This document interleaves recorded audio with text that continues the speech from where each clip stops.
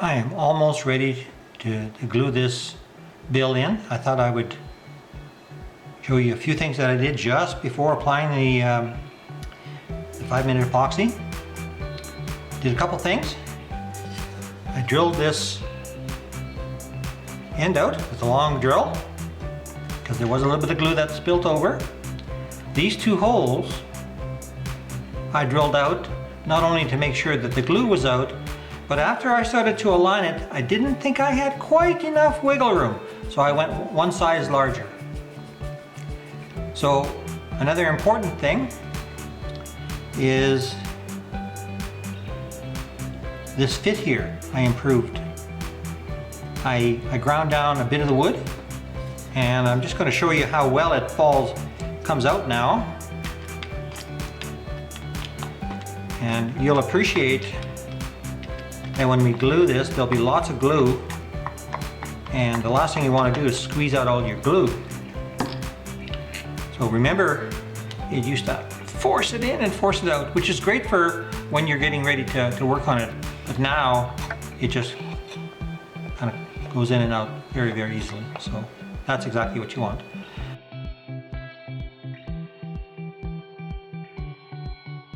Okay, so I'm going to mix up some glue, and I'll come back when I'm ready to apply it. I mixed up my glue. The clock is ticking. So it's not rocket science. You put liberal amounts in here inside.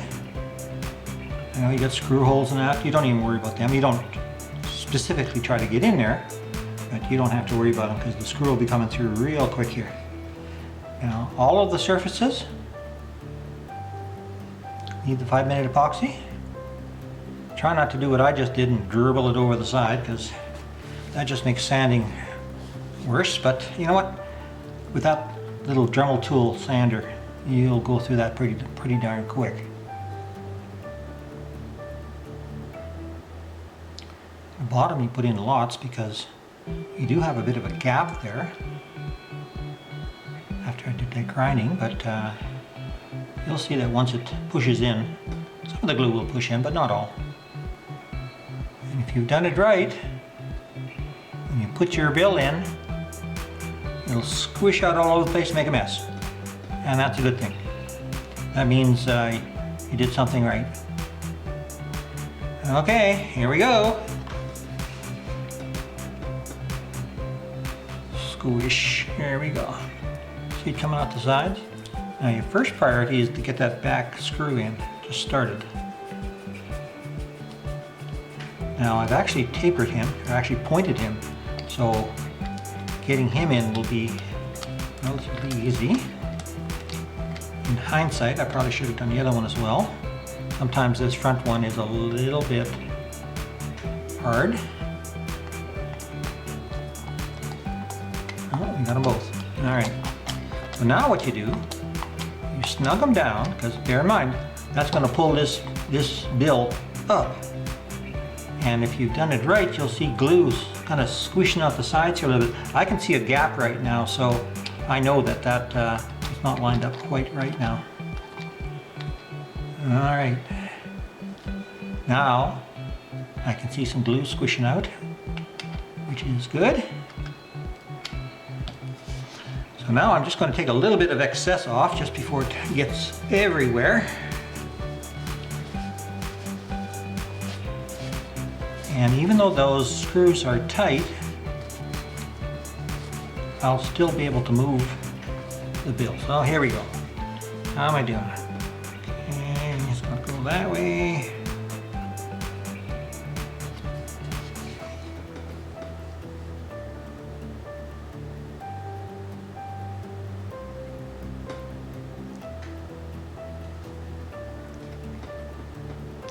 Be careful that you only look at it with one eye. Get two eyes and you'll get a funny binocular effect. It's like shooting a rifle. You don't generally shoot with both eyes open, although depending on who you talk to, that might in fact be a preference. So I'm lining up the bottom here as well. That's pretty good. Going back to the top. Okay, that's excellent. So as far as I can tell, I'm done. I have a very simple support for it called a Kleenex box, which just happens to be just perfect. You can sit it there and keep it there for 5 minutes, and then the glue, being 5-minute epoxy, will have hardened. It's nowhere near being hard, but it certainly won't move around on you. So, okay,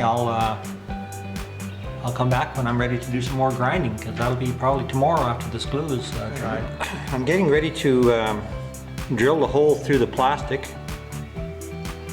One thing you want to do, a couple things you want to do, is you always want to keep that center line on as long as possible. After you drill the hole and get the stainless steel installed and centered, then you can take that plastic off. But up to then, you want to keep it. Now, one of the other things I've done is I've taken out the screws. What I found in the past, of course, is these screws are dead center.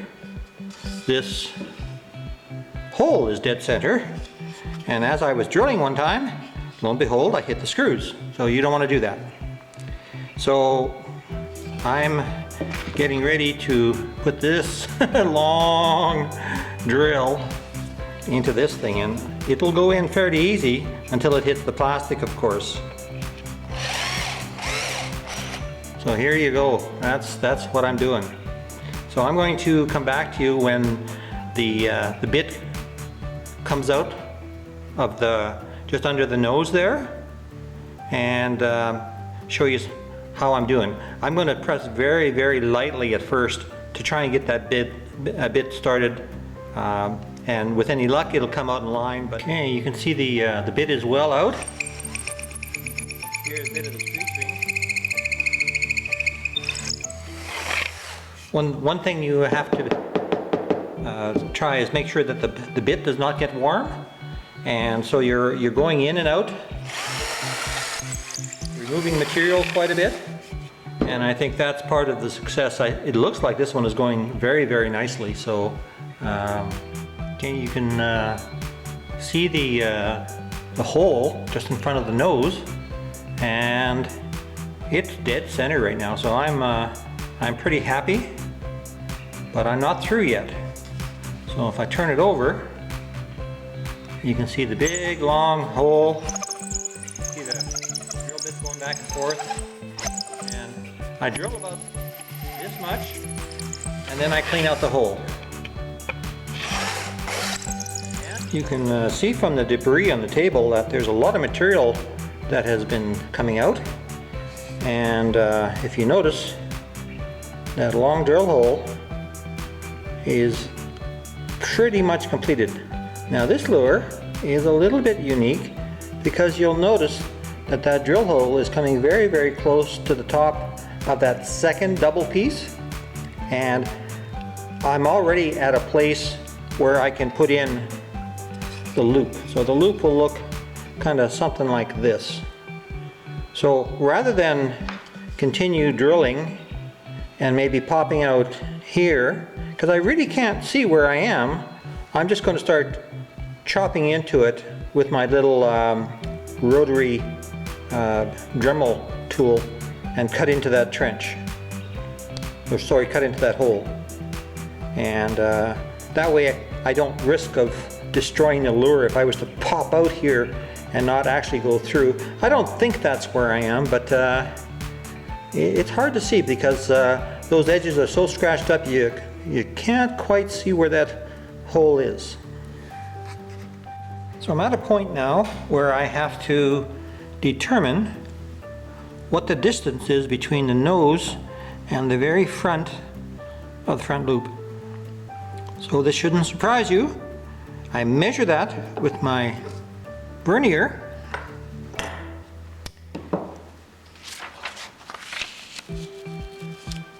And I measure 1.25 inch. Once again, I multiplied by 14 over 11, and I get 1.6 inches. So as you can see here, I put a mark right there, and the very front of this loop should be there. So Now what I'm going to do is I'm going to pull that tape back, not off, but back, maybe to about here, and I'm going to cut into that bill with my little cutting wheel and make that channel. I've been able to see where that drill bit is right now, and how I did that is I put it up sideways against a bright light, and I actually put the drill in there, and I could actually see it, and it's right about here. So I don't want to go any farther with that. I think it could get through without chopping through the front of this double layer here, but I don't want to take a chance. So I have my mark, and I'll do my cutting, and I'll get back when I just start my cutting. So here's a little cutting wheel I use. Again, it's a Dremel cutting wheel, but it's fitting on my Milwaukee rotary tool. So I'm going to start and do a little bit. I usually start closer to the front where it's shallower. It kind of looks like this. Looks like a bit of a mess, but you can pick that stuff out with a X-Acto knife. Okay, you can see the channel that I've been making. I have broken through to the drill hole. You can see that by this going in. This is actually a very good facsimile of what will actually go in. And right now I have to continue digging. I found out that you have to slow down the bit, otherwise it just melts. So I've slowed it down, and you just got to take your time. So after I chop this hole, I put the drill back in. I can now see where it's coming through. You see it turning there. And it's coming out absolutely perfect where I wanted it to be. 1.6 inches. That's fabulous. And from the side view, it's not going to pop out where it's not supposed to. So I can actually drill a tiny bit more. You'll notice that there's not a whole lot of length left on the drill because the bit is just not quite long enough. But I'll drill a little bit more, basically as much as I can. And then that's it. That's all I can do right now for the drill. So we'll put him away. So this is that channel. Now, just so you know, this same drill bit, the stainless steel can easily go in it. So now it's an issue of making sure, oh, there we go, look at that. We actually got in there this time. So this is roughly where we want that to be. So I have a little bit more material to remove. I'm not sure if you can see it right here, because ultimately what I want to do is I want to push that thing all the way back, this loop all the way back. Well, that little channel I put in there is pretty much done. And I'm now ready to start putting in the stainless steel through wire. So I've picked myself a piece of stainless steel.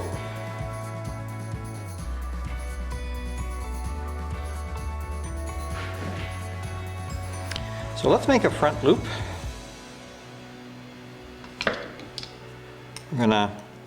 Normally I would bend down and then around for a real loop, but this isn't really a real loop. This is going to look kind of something like this. So I start bending immediately. I use the base of the pliers because that just gives you a mechanical advantage. And I bend it all around. Now, then you move up a little bit because you don't want a full loop, you want a partial loop. So there you've got a good start to this. So then what you do is you put this into the vise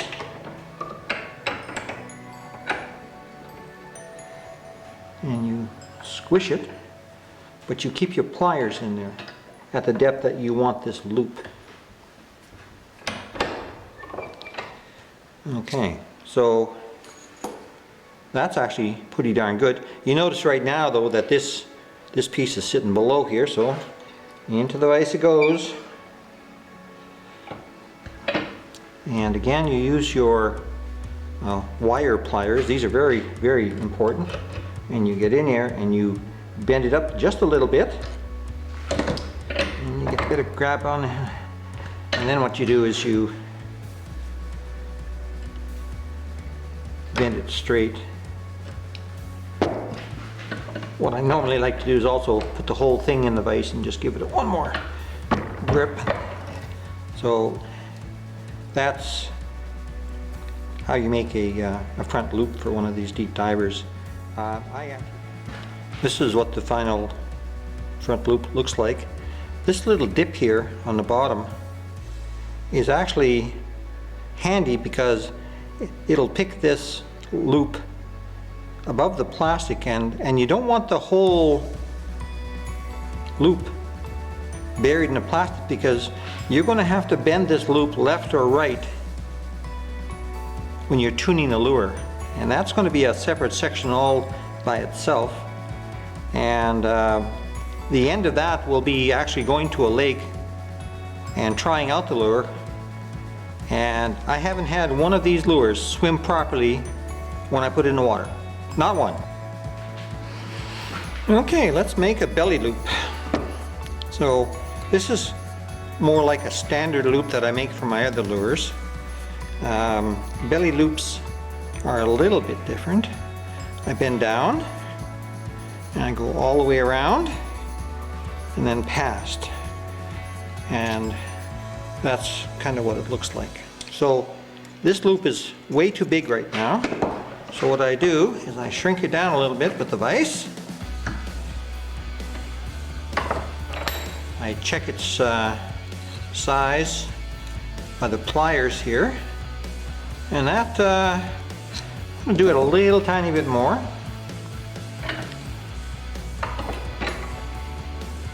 So that's better.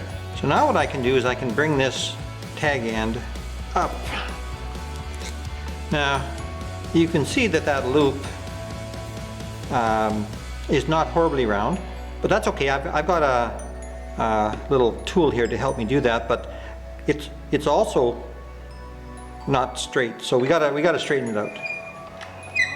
Put it in the vise, and we take a good set of pliers and we bend this back so they're all lined up. So now it looks like this. Then what we're going to do, put it in here.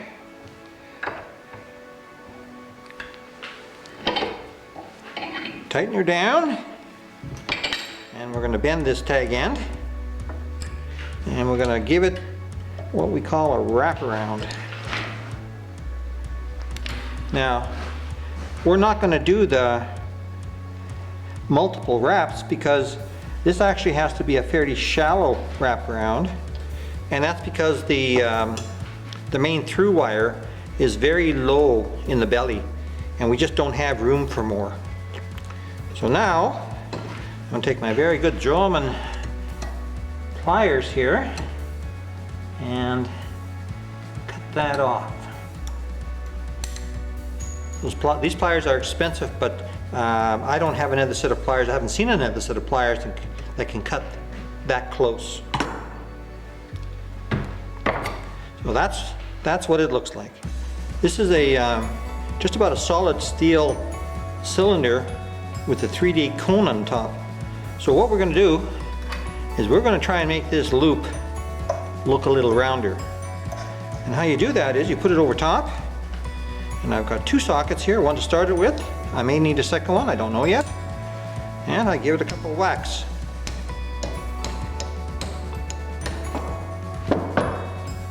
Now that expands the loop, but it also makes it quite a bit rounder. So I think I am going to give it a couple whacks with the bigger one. I know the camera might be jiggling a little bit, but... And anyway, we wind up with a much better looking loop. Now, you may notice that it's maybe not dead straight, so I can actually fix that as well. So I go back into my vise and bend it over. Okay. So now we want to bend a little hook in this. And the reason that we want to bend a little hook in this is to be able to catch the main through wire. So we have to do it 90 degrees to it. So we just grab it with a good pair of, I use needle nose, and bend. Now this distance here, you'll have to figure that out by looking through the end of the tail of the hook, and you can see the hole going all the way through it, and you'll pick a distance that will allow the main through wire to go right through it. But right now, for the purpose of showing, I haven't done that. So now what I'm going to do is I'm going to cut this off. I'm going to cut it off roughly the same length as to this wraparound. And you can guess, if you're going to guess longer, not shorter. Okay, there's after I've cut it. Now I'm going to bend it now in the vise.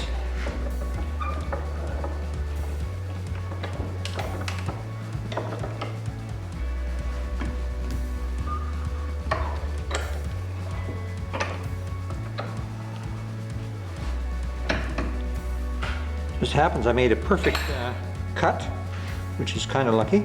I put a screwdriver in here so it doesn't overbend it, and then I check it to make sure that it can go through. So that's got lots of room. Now, so this is what this clip looks like. We're not quite done yet. In order to line up the loop and the hook, we have to bend this a little bit.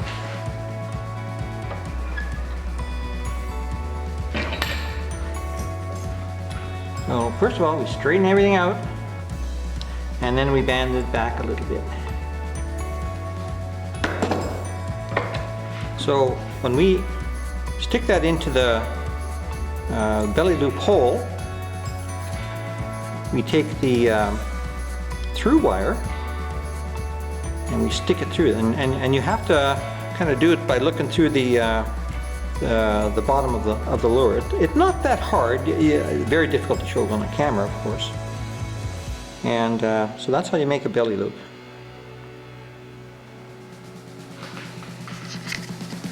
So this is how the stainless steel wire fits, roughly. And you notice that it's a double layer of stainless steel right now. The question is, how do you determine where to cut the second layer? And since the belly loop is right here, I'm going to cut that back a little bit so it doesn't interfere with a little belly loop that I have to add.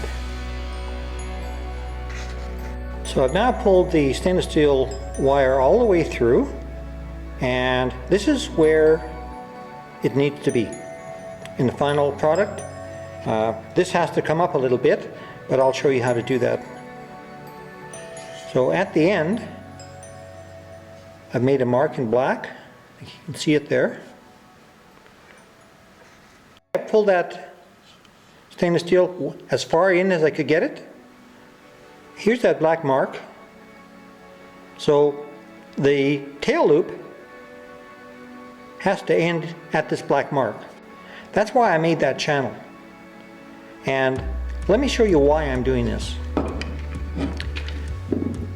When I first started making lures, I did not split the lure. This is totally one piece of wood. It's never been split, and it makes an extremely tough lure.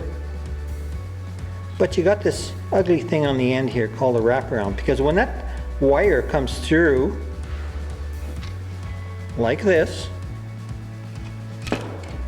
You don't have a lot of options what to do with it, so you typically make a loop, you do a few wraparounds of some form, and you're done. Now, you spend all of this time making this beautiful lure, and you have this ugly mess on the end. Now, this is my opinion. So, I saw one of the shows, they made a lure that looked very, very similar to mine, but they had the loop finished like this, and I wondered, how did they do that? Well, they did that by splitting the lure. So if you look along the back, there's no way to tell this lure was ever split. This is a very, very strong lure.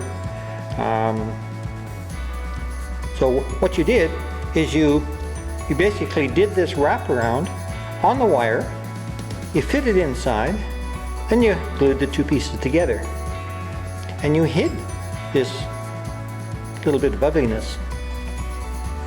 So before we get too carried away with the tail loop, we got to make sure we do the belly loop. So what's going to happen is I'm going to put this belly loop in, and then I'm going to thread the stainless steel wire through it to capture it. So I'm going to make that, and I'll get right back to you. So this is what the loop looks like when you're done. It's got one nice wrap around there. And now what's going to happen is I'm going to pull this front part of the bill back to where it should be, which will pull this wraparound inside the lure and hide. This lure is now got its stainless steel totally installed. You see how I brought that tip up a little bit? As I mentioned, we're going to be bending that, and you can't bend it very well if it's buried in the plastic. So I brought it up a little bit, just simple bend. I now have my belly loop. It's captured around the through wire, and I've now made a very nice tail loop, and the wraparound is hiding inside, so you can't even see it. So with about 5 minutes of work, this guy is ready for lead. So that's going to be the next step. It weighs 203 grams, by the way, so we're going to see how much lead we actually add. So I opened up the door and I turned on my lead pot, lead lead pot, really great, and I've waited for it to melt. I don't like to put in scorching hot lead. I like to put it in just after it's been melted. I've also plugged up the hole in the bottom belly loop, and I've also made sure that that belly loop is straight, because if I get lead in there like I hope, it'll be hard to move after that. So here we go.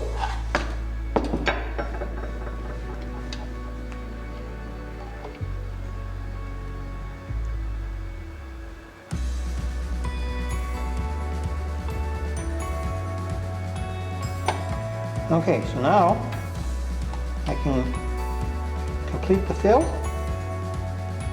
and I am done. Okay, here I'm going to weigh it. 396 grams.